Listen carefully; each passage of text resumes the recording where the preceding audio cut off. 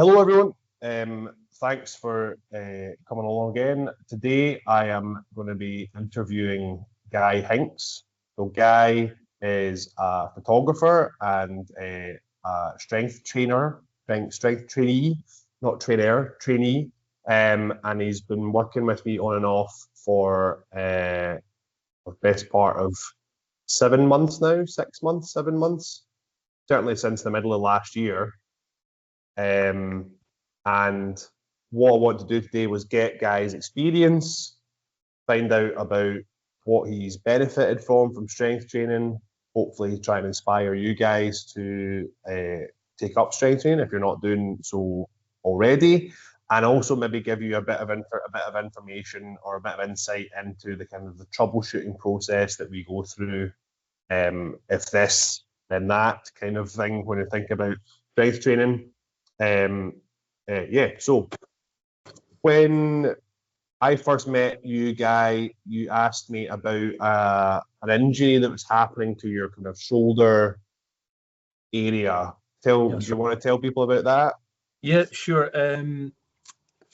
Back in January 2024, I ended up incurring an injury, and I don't know how this happened. It happened between going to bed on Friday night and waking up on Saturday morning, but it was awful.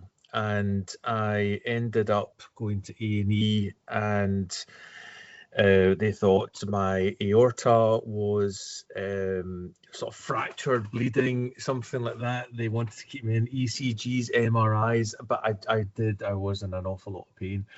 And so I managed to plead a discharge that night, and I got myself released, and I went straight to a physio on the Tuesday after that, because I knew that getting into something ASAP after an injury is important.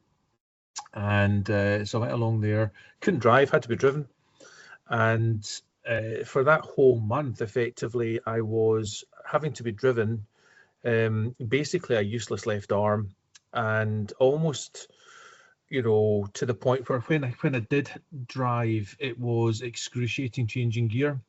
So, you were kind of like revving yourself up for going into third, and I was told my recovery time might be in the region of 6 weeks, which at that point seemed an impossible burden.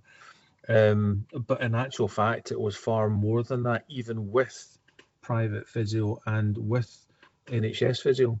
So I did my own physio recovery training as instructed by them.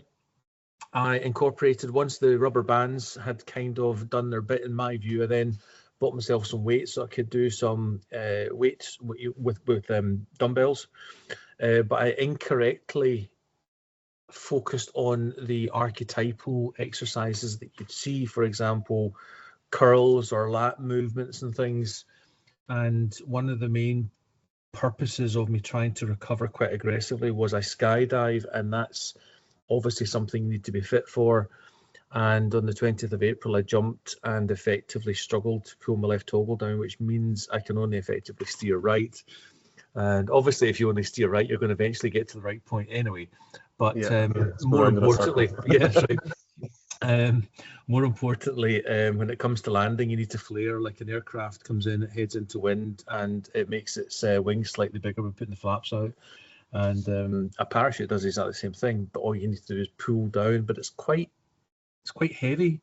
It's quite a kind of rigid piece of kit, a parachute, and that didn't work, and that was quite kind of worrying. So that's when I ended up bumping into you, and I needed somebody who knew what they were talking about to give me appropriate guidance, rather than me giving it a go, wasting time, exposing myself to injury and achieving perhaps nothing.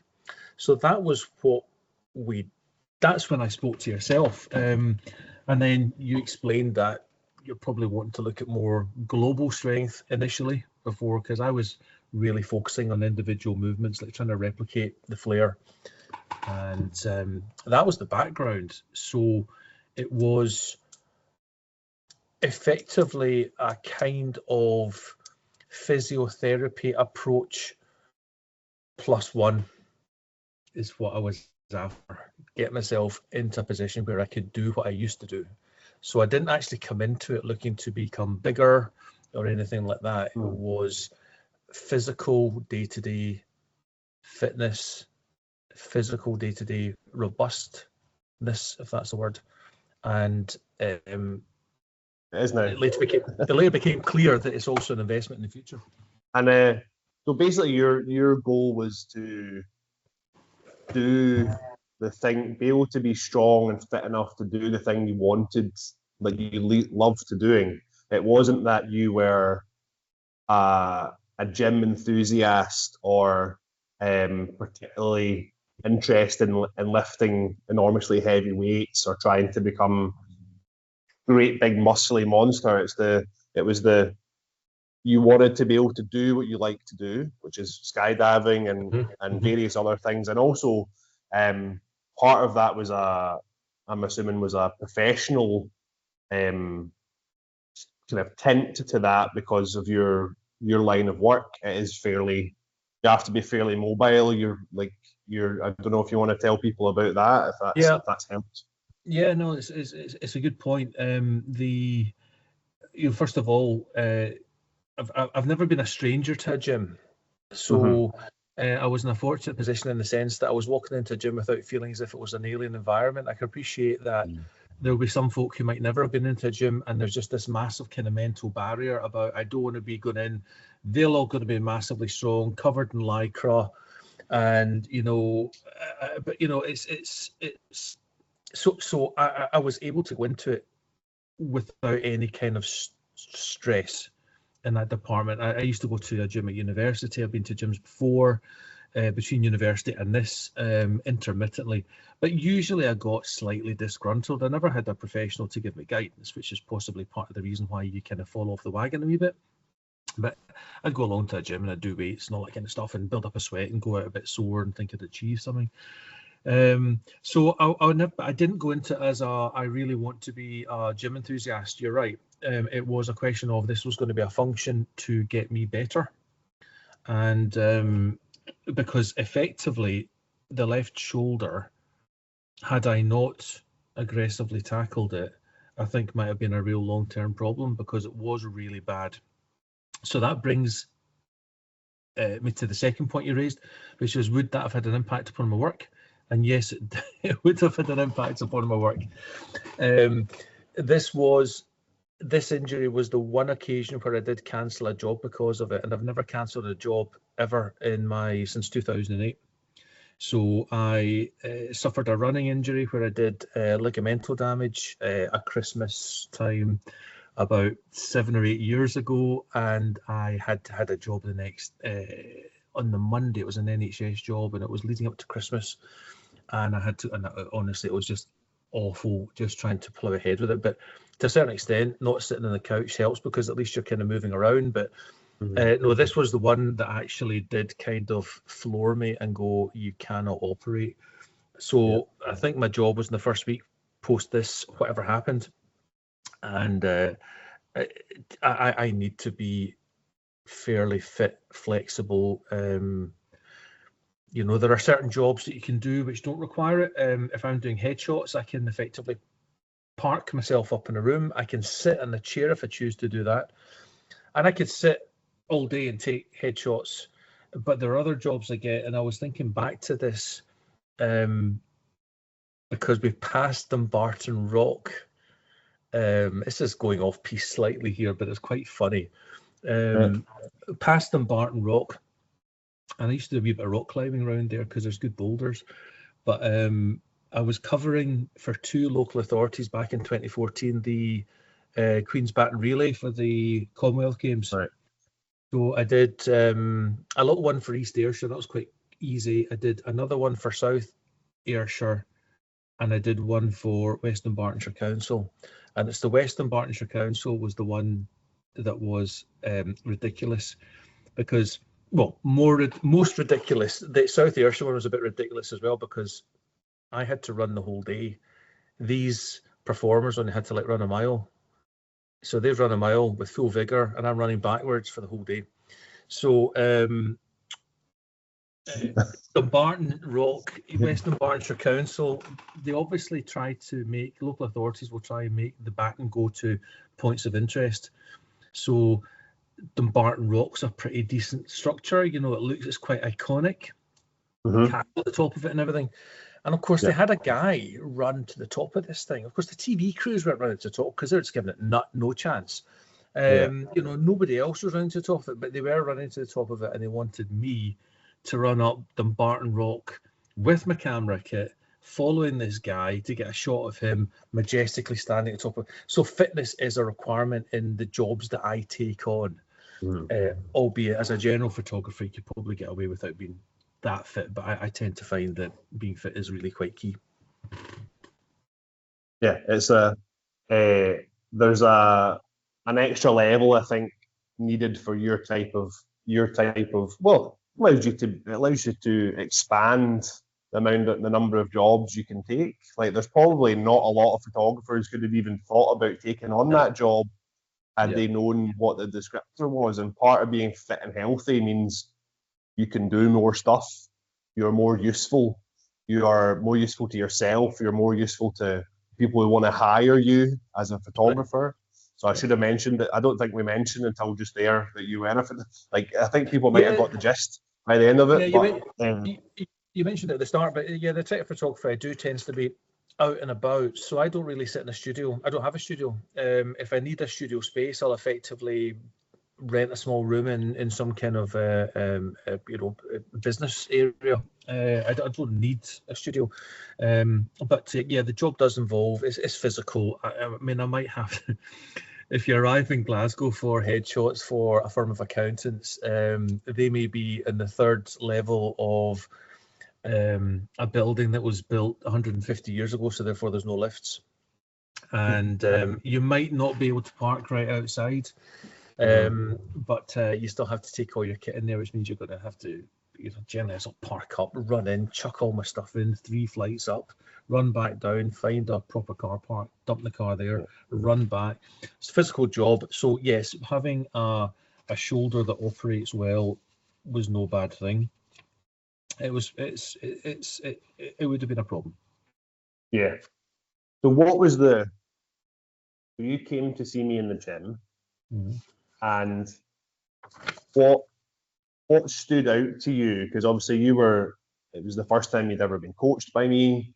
Yep. What stood out to you about, this is maybe slightly different from what I expected, or was it exactly what you expected, or was it, did I surprise you in any way? Probably 2 things I'd probably say would be standouts. One is, and I'll reverse it so you're not the point first. Right? So the first point I'm going to make was where you were coaching in Clydebank, the gym was really relaxed, not jam-packed full of folk. Those that were there effectively just ignored you in a nice way. Yeah. Right? They say hello and everything and then get on with their stuff. They're not there to take selfies in front of mirrors, and they're not spending half their time like posing and everything. It's very much a gym where folk go there to do the training, and you're all equal, whether you can lift 100 kilos or 10 kilos, and there seems to be a respect that you're giving it a go. So there's no hierarchy where you feel as if you're being sneered at or anything. Nothing like that was evident. So for me, for those that walk in who have never had, I've got a little bit of gym experience, but those that have got no gym experience, I would say don't put that in as a barrier. There is no barrier. They will say hello. They'll, thereafter just let you do your own thing.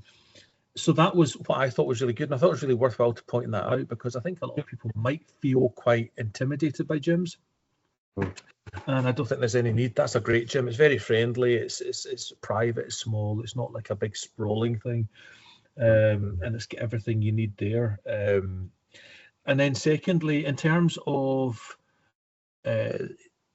you said standouts, your methodology of teaching is really logical, which I think works really well for me. So breaking things down into component parts and then explaining the component parts. Then you can even practice those mini parts. I play the bagpipes, and you've got complicated movements in bagpipes, things like turlures or crunloos and things like that. You can't alter the volume of a bagpipe.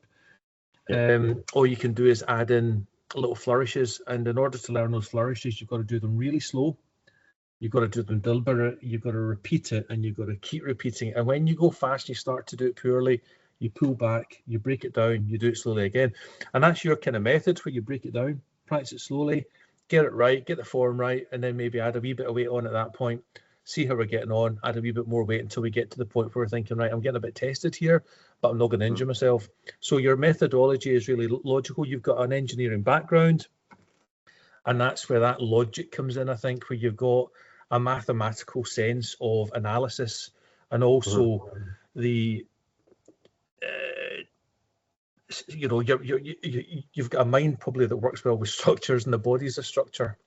It's a skeleton, it's a frame, it's like scaffolding, so that's quite a useful thing, I think, because you've got a good medical viewpoint, but you've got a structural viewpoint as well.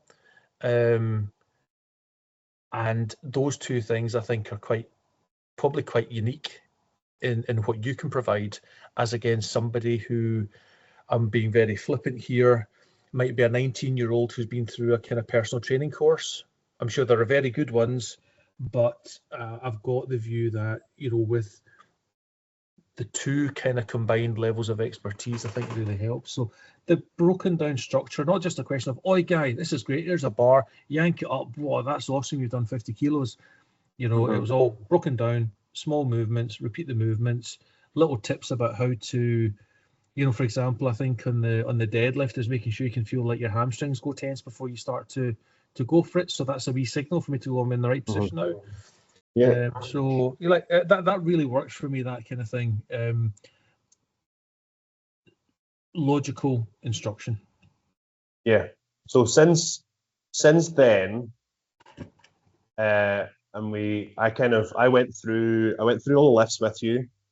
I told you what the novice LP is. So people who are familiar with starting strength will know what the novice LP is. We do our sets of 5 on our squats, we do our sets of 5 on our press or our bench press, and we do our set of 5 on deadlifts. How did you find that approach?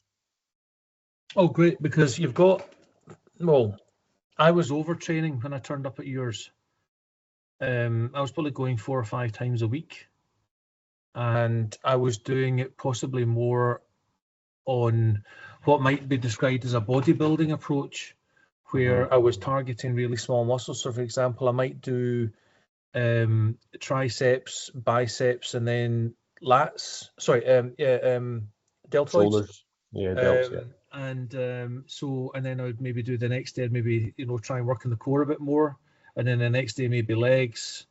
And so I was probably 5 days a week. I was also playing squash at the same time as well, but two times a week. So I was really quite tired.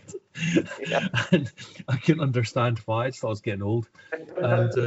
And I was just thinking, I'm bloody exhausted here. So when you said, listen, what you want to do is do these things. And I looked at it going 3 days, right? Okay, well, that's almost like I'm verging. It felt like a skive a wee bit.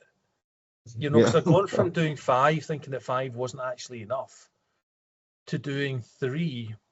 And then when I looked at it, and you're like, with the deadlifts, you're like, do your practice 1, do your warm-ups, and then do 1 set of 5.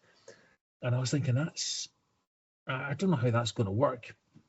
Because surely you have to do like 3 sets of 10. That's my mentality, 3 sets of 10 or 12. And I think you do sets of 5, and of course you explained that what you want to do is work out your maximum and then go to about 70% and do 5 or 6 of them. And so anyway, but I soon found that routine more than enough.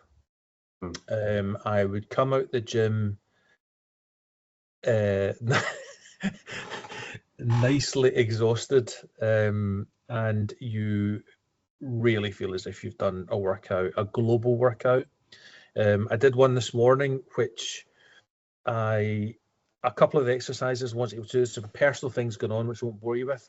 I was dealing with them immediately before this telephone call. So there's lots of distractions, as there are in life. And that's another thing you just need to learn to overcome and just get on with it. But so I did a session this morning and I peeled back about 10% on probably all three. I did squats, bench and deadlift. But the deadlift and I think and the bench, there's been about a sort of 10-day break. So I didn't want to go in trying to do personal records, and I was happy just to do them 90%, get the body moving again. But I then came back and I walked the dog, and I definitely felt my legs. And squash tonight, incidentally, is not a big match. It's just it's a bit of a muck around. I'm pretty comfortable. I don't need to be at optimum performance for that. It's not a Western Scotland League game or anything. It's a knockabout with someone who's not played for a couple of years. So I'm assuming it will not be too testing. You know what to say about assumptions? Yeah, it's I mean, the point you made about overtraining, I think what was happening there was the bodybuilding approach. The reason that doesn't work for people who are not very, very strong already is because you simply can't provide enough stress or stimulus. So stress and stimulus are kind of interchangeable to actually help you get stronger. So there was a client actually that you recommended to me, Daniel, who did a couple of one-to-one sessions with me, and then his first session that he was doing by himself. So I'd given him his program, all his sets and wets, and then he'd put in the comments after the program saying, "I also did 4 sets of 10 on this, 4 sets of 10 on this, 4 sets of 10 on this," and I had to have a conversation with him and say, "Look, you don't need to do that."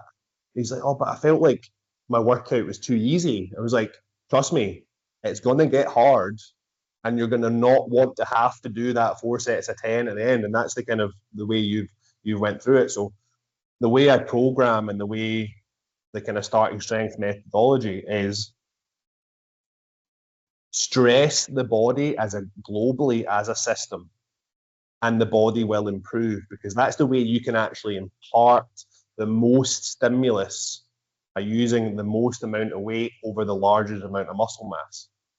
If you just do arms and chest and then legs, I mean, maybe you could justify legs as a group by themselves because it's a very big muscle group. You probably can lift a lot of weight with that. But I would argue that if you go through a period of just getting stronger, then even if you did that for 3 or 4 months and then you went back to doing your bodybuilding stuff, your bodybuilding stuff is now so much more effective because you're stronger.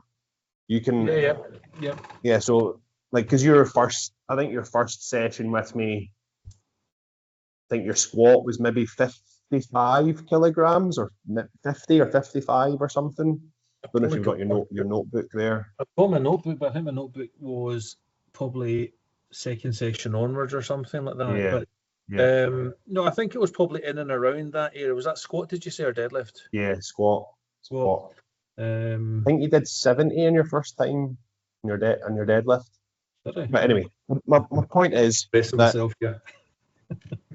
my point is that, and if there's anyone watching this at home and you're doing 4 or 5 days a week at the gym and you're knocking your pan in and you're seeing no results, it's because your structure of your program is not meeting the needs of where your body is physically at this particular moment in time. There may be a time in the future that you need a 4 or 5 day program, because actually giving you enough stress in one workout 3 times a week is actually going to be, you're going to be in the gym for 2 hours because it's just going to take you so long. So splitting that up over the week is much more effective. And even then we don't really, that's still like step towards bodybuilding approach, not going all the way towards that and trying to be a Mr. Olympia competitor, which, let's face it, it's the 1% of the 1% who even have a chance of doing that in terms of their genetics. Never mind the will to do it, the drugs, the all that other stuff. So, and that was interesting that you sent me a really interesting radio series about the kind of the 1980s or 1990s drug, like illegal drug trade, and how PEDs became like illegal. That was really interesting. I'll not get into that right now because I know we'll maybe talk about that another time. But that's in fact, it'd probably be quite interesting for us to kind of like do a rundown of that and talk about it and see what you thought. That'd be quite interesting. The point is that you need to make sure that what your body needs is what you're giving to it. You're not overwhelming or underwhelming. There's like a Goldilocks zone where the amount of stress or stimulus you're giving to your body is going to help it adapt and get you stronger. You do too much, you don't adapt. What I feel was probably happening with your approach going 4 or 5 days a week was you were doing sets of 10 plus reps. That's right. When you're new and maybe even like not that strong, you just can't do enough weight to help you get stronger. It's just not. And if you can do something for 4 sets of 10 reps, it's probably not heavy enough to actually get you stronger. So that's probably the disconnect that was happening between what you thought was going to happen and what actually happened in reality. And I don't know where 3 sets of 10 comes from, but it just seems to be like even if somebody's never been to the gym before, they just automatically seem to do 3 sets of 10 on everything. So must be something to do with education somewhere. Maybe the teachers are saying 3 sets of 10 press ups, 3 sets of 10 or something. Yeah, maybe. But yeah. So how is your shoulder now? How is the shoulder now? Yeah. The shoulder is, from a strength perspective, night and day compared to what it was in January last year. So when we're driving the car, there's no issues. I can lift things up. I can lift my arm up like that. There's pain there when I do that. There is still a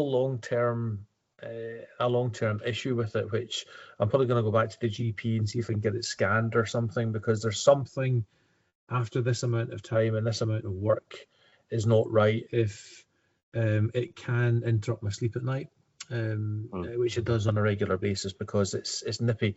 And as I explained the other day as well, when it comes to, and we'll deal with this in the next session rather than now, but the sort of bench thing, that can sometimes feel like there's a line cutting across. So there's a deficit. It's not repaired for sure, but it's definitely an awful lot better. But there was something I wanted to sort of go back to when it came to, going in and trying to do bodybuilding, as it were, rather than strength training. But then there comes a point where strength training almost like starts to meet bodybuilding a fraction.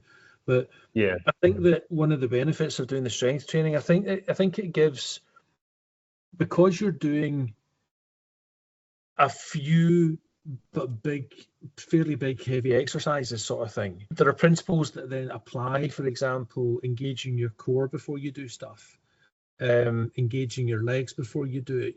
Making sure that your shoulders are in a particular position with your legs and your arched back for bench and things.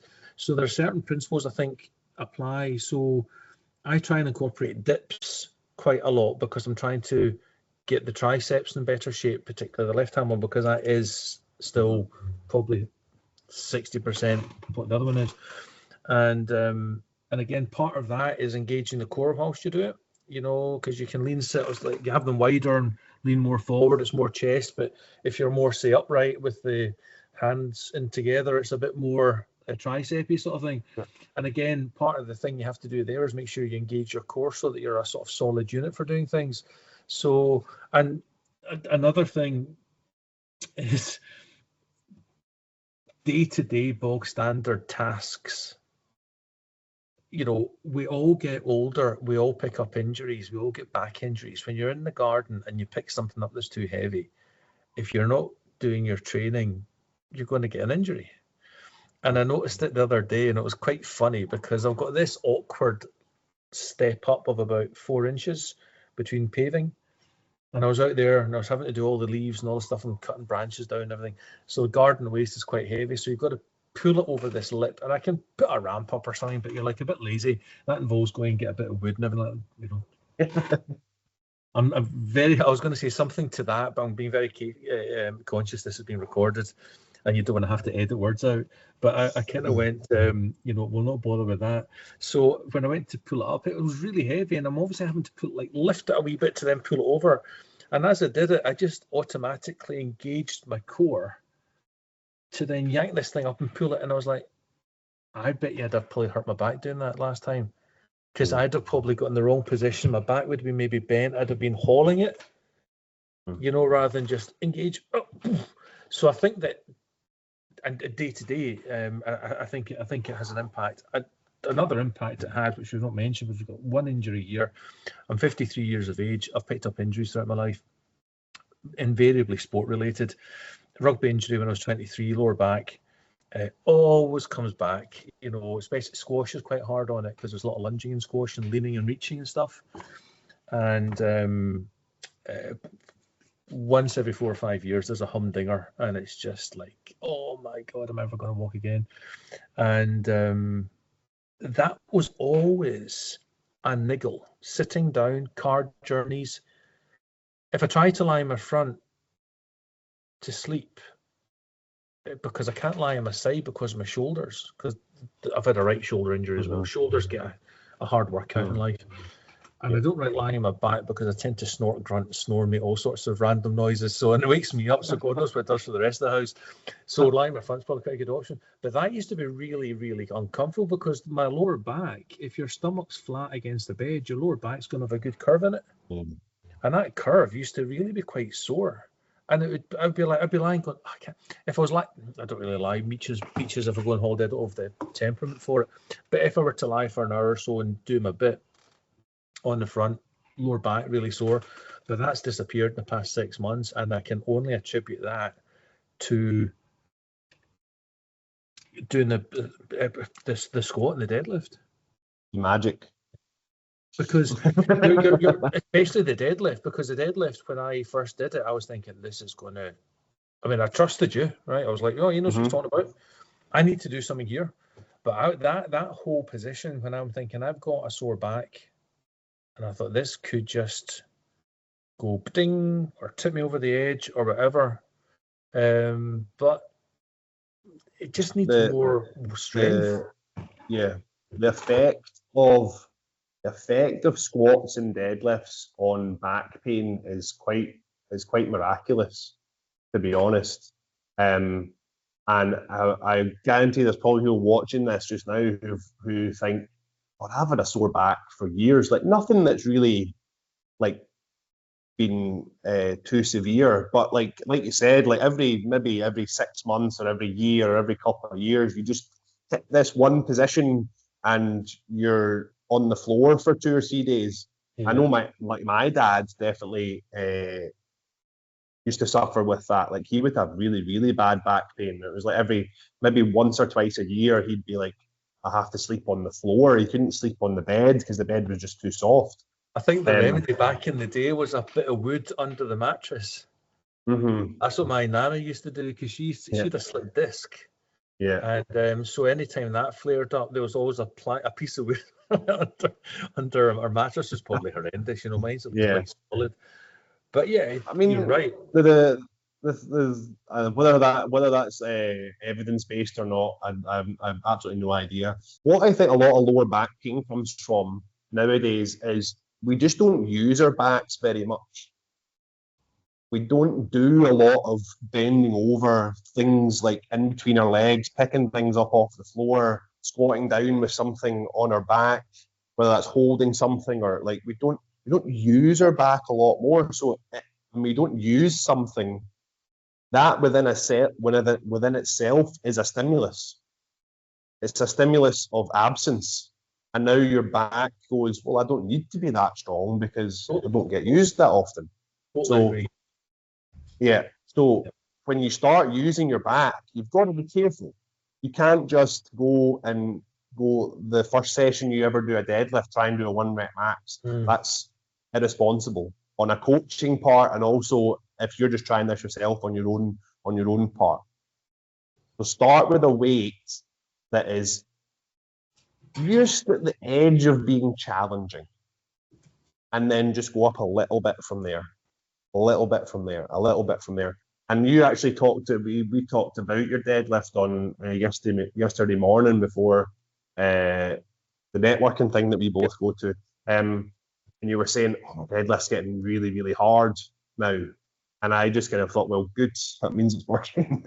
Yeah, you know, when you And got to that kind of point where you're actually going, right, this is now going to be changing stuff rather than you. I think it takes a while to find that point because you obviously, as you say, take baby steps until you start to feel that.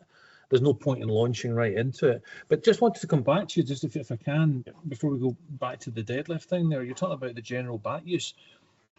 Probably the one time where life in and of itself gave me, in my view, really good torso strength was when I was working as a gardener in Australia. We'd worked outdoors in a cattle station for 4 months, but that involved jumping in little quad bikes and mustering and everything. There wasn't a huge amount of lifting. You'd have to, get bales of hay in and off trucks and things like that. But really, it was rolling stuff, etc.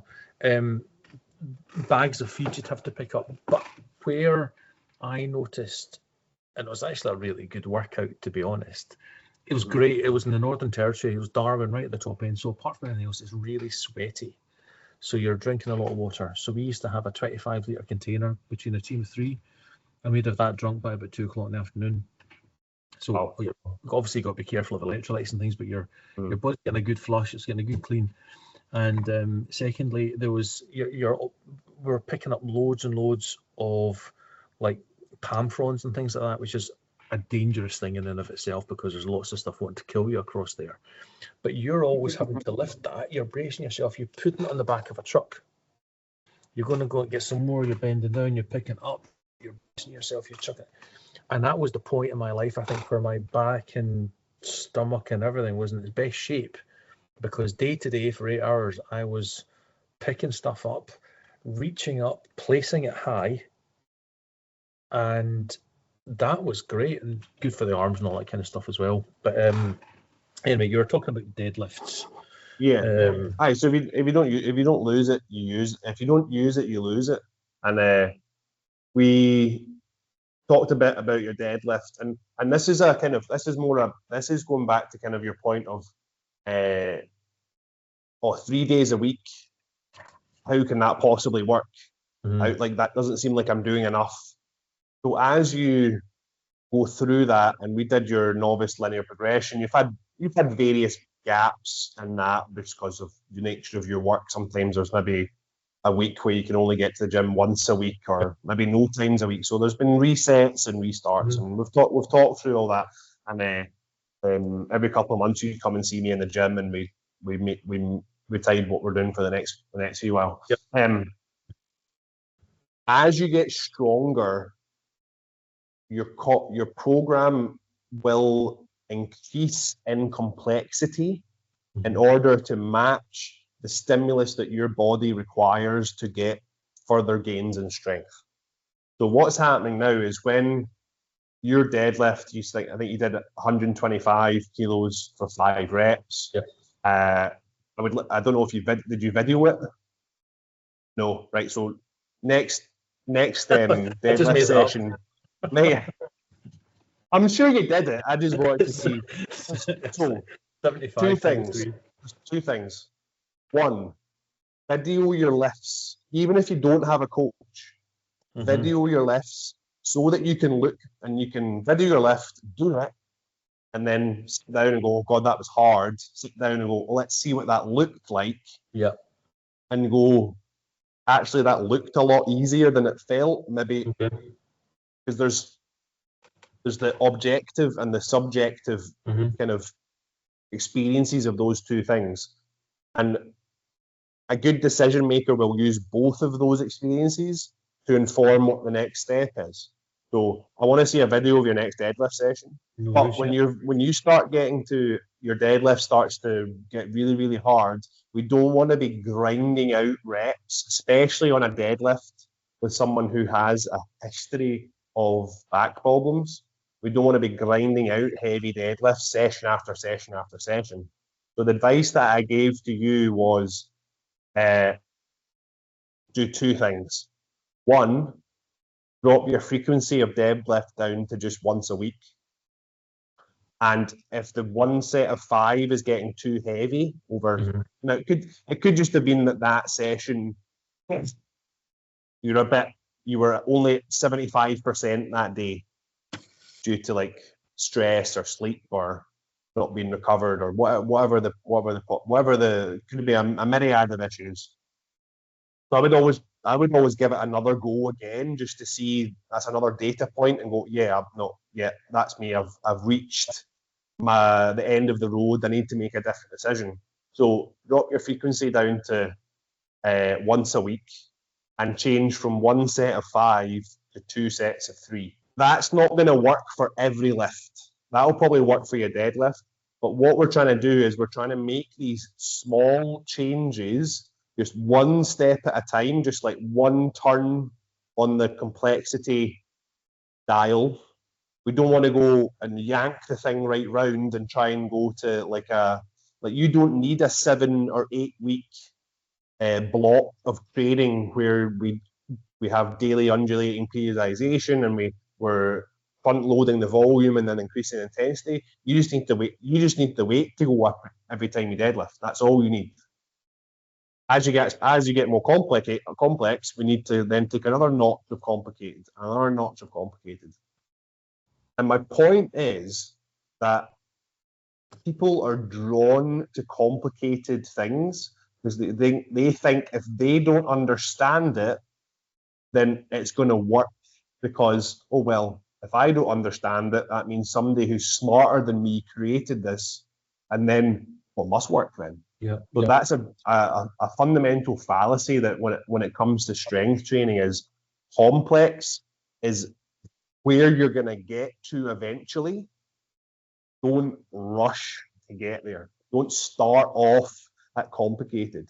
Keep it as simple as you can for as long as you can.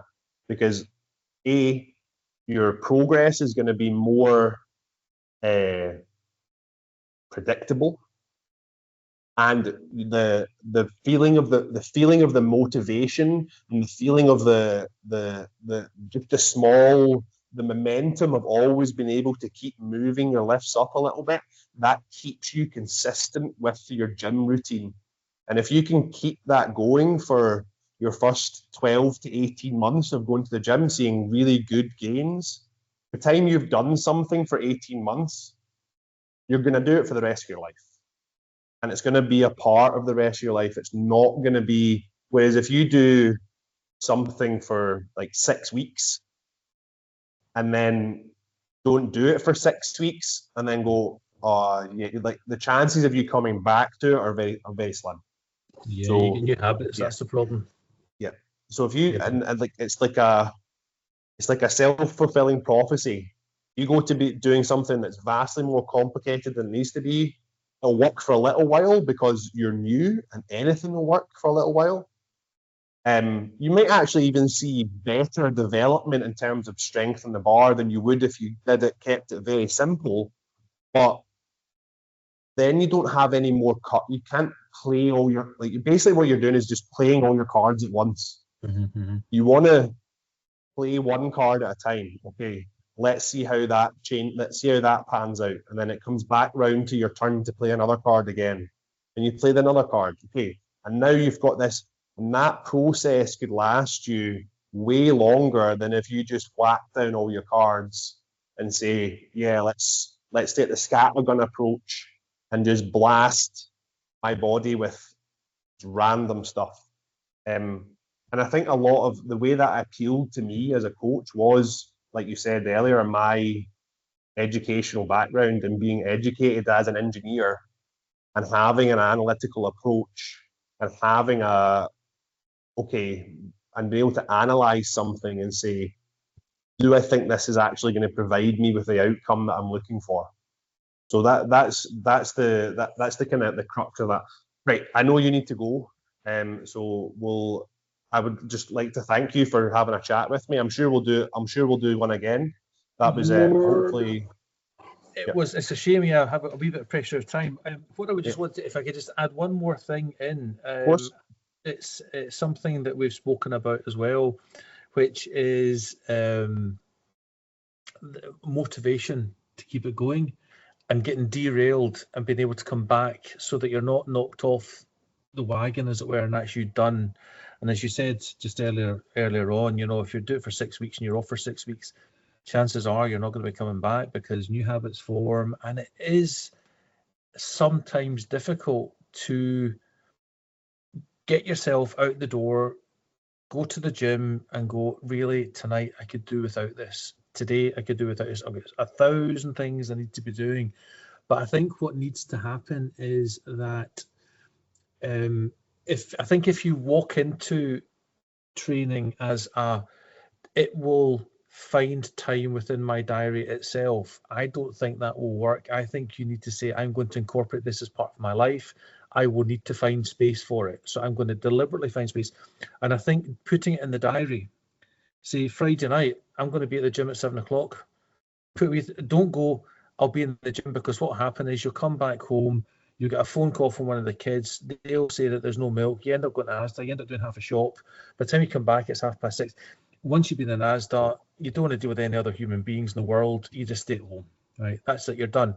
And that's it, you're derailed. Yeah. And it's a great excuse. I mean, today I could have done it. My plan of action was I was not meant to, this is like a kind of unscheduled day off. We're getting some sort of renovation done, so I've got some stuff to take to the skip. So I thought, what I'll do is the way our council works, I've got to book myself in. So I booked myself in for 8:20. Yeah. I thought I'll get rid of all that stuff and then I'll go straight to the gym. I'll do an hour. It takes me about an hour and 15 a gym session. An hour and 15, because I do a wee bit of running first, 7 minutes or so, and then I'll walk down. So 10 minutes in the treadmill all in. And then I'll go back home. But we had the storms last week, so I had like a fence, a grotty fence. It didn't look. It was grotty from behind, but the bit I saw was okay. And that was all chopped apart, and that's in the back of the car. So I went with my long trousers on for the gym because I wasn't going to be doing an awful lot of running or anything. Keep myself warm, and by the time, and I had bags of cement that was just about to go off, but it was still powdery, but I'd put it in plastic bags. But by the time I'd done all my recycling, I looked down at myself and I was covered in cement. Right? I'm grey, and as I walked, there were puffs of grey coming out of my trainers, right? And I thought, I'll probably be able to, I dusted myself down. I thought I'll probably be able to get rid of the dust from my trousers and get away with that. But if I'm like in a treadmill and there's like, it's going to be pretty obvious something's not right.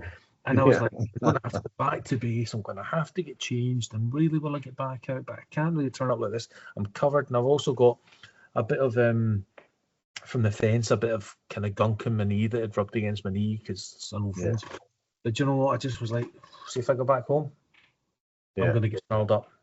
So I just have to make the best I can. So I got my shoes, back them together until no dust came out of them. Got my trousers sorted out as best I could. I didn't look that pretty going in. I went in and that was fine. An hour and 10 minutes later, done. You'll just be that guy in the gym. Everyone's like, that guy. The guy in the gym who just looks like he's come from a dump straight to the gym. I don't know whether this is appropriate. But that's a really good point you make. I think especially for a lot of the people that we know mutually are self-employed or are business owners. And when you're self-employed or business owner, the work never stops. Yep. There will always be stuff to do. You've got to learn to, at some point, put yourself first. Absolutely. And because that's essentially what training is an investment in yourself. It's like you have your pension that you put money into, and that's what's going to help you be financially secure. But you have your training. You need to put time and effort into that. I mean, money is time and effort. That's basically, it's just The reward for money that. is just what time times effort equals money.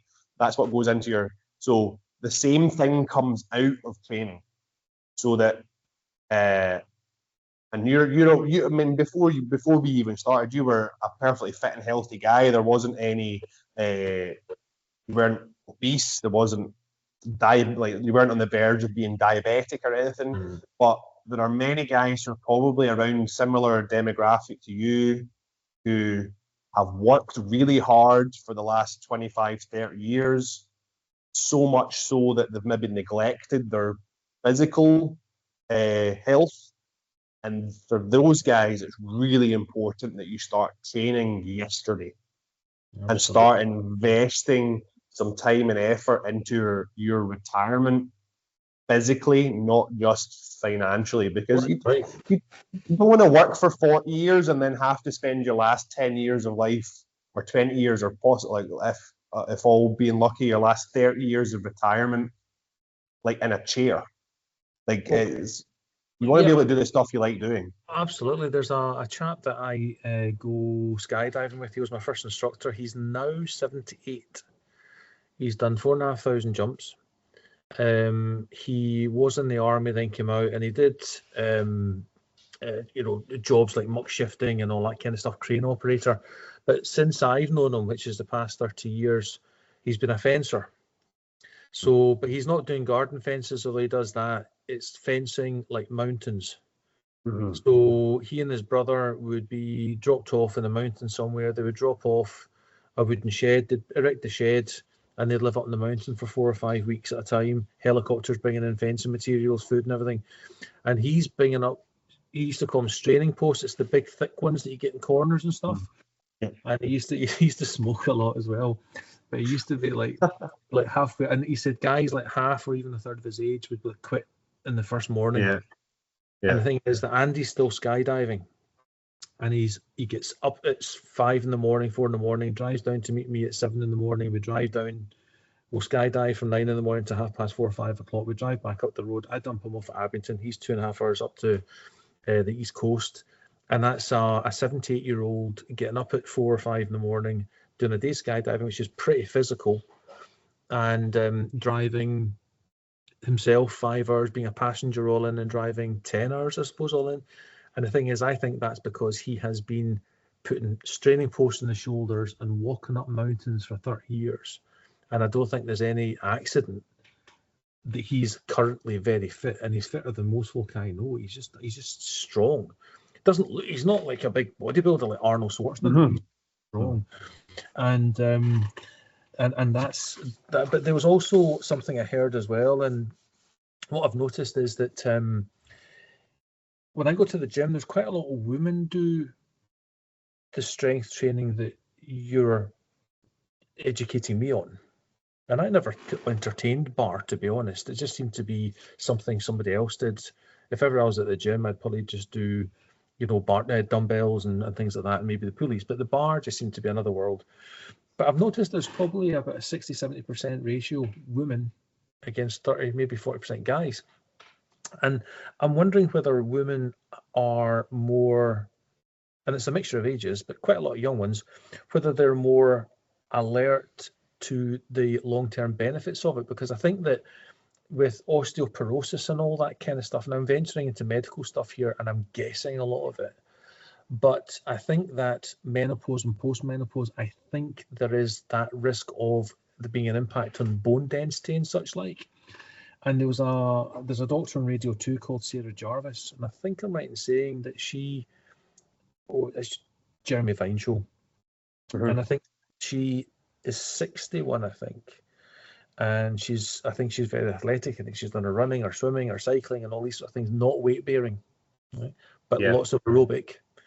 And of course that seems to be like great, the heart's working well, the lungs are working well, great stuff, your legs are moving, you're lean. But I think her bones were assessed at being the age of a 91-year-old. And she said that the one thing that she missed out in her exercise regime was weight-bearing exercises.